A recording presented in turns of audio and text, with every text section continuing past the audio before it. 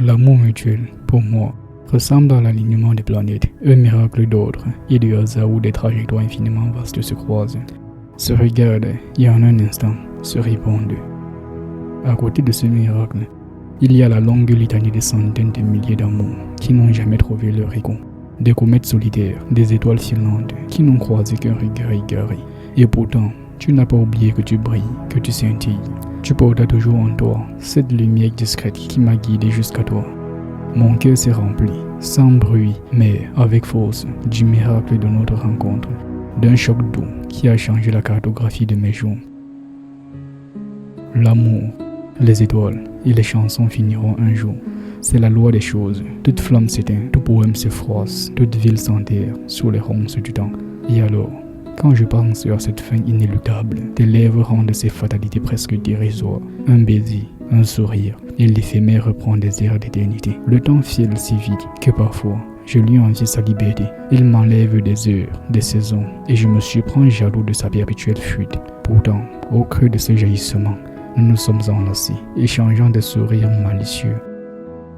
Complices, comme si ces gestes simples pouvaient défier le calendrier. Il n'existe pas de formule parfaite, pas de citation qui sache enfermer l'ardeur de ce que nous partageons. Aucune phrase toute faite ne commence véritablement par « l'amour c'est » et capture ensuite l'infini. Et tant mieux, c'est précisément parce que cela échappe aux définitions fixes que nous pouvons continuer chaque jour à réinventer notre façon de nous aimer. Le plus important, après tout, c'est que nous continuons à nous embrasser, non par habitude mécanique, mais pour réaffirmer que nous sommes visibles l'un à l'autre, présents et curieux. Serait-il plus fascinant de mesurer notre courage par des folies? Peut-être. Testons quelle audace nous sommes prêts à accomplir pour le simple plaisir d'explorer l'amour.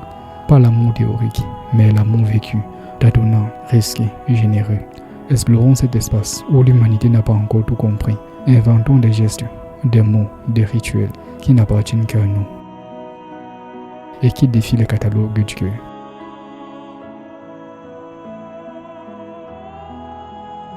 Un jour, cette ville que nous abandonnons, ses habitants, ses bâtisses, ses rues familières deviendra poussière et ruine.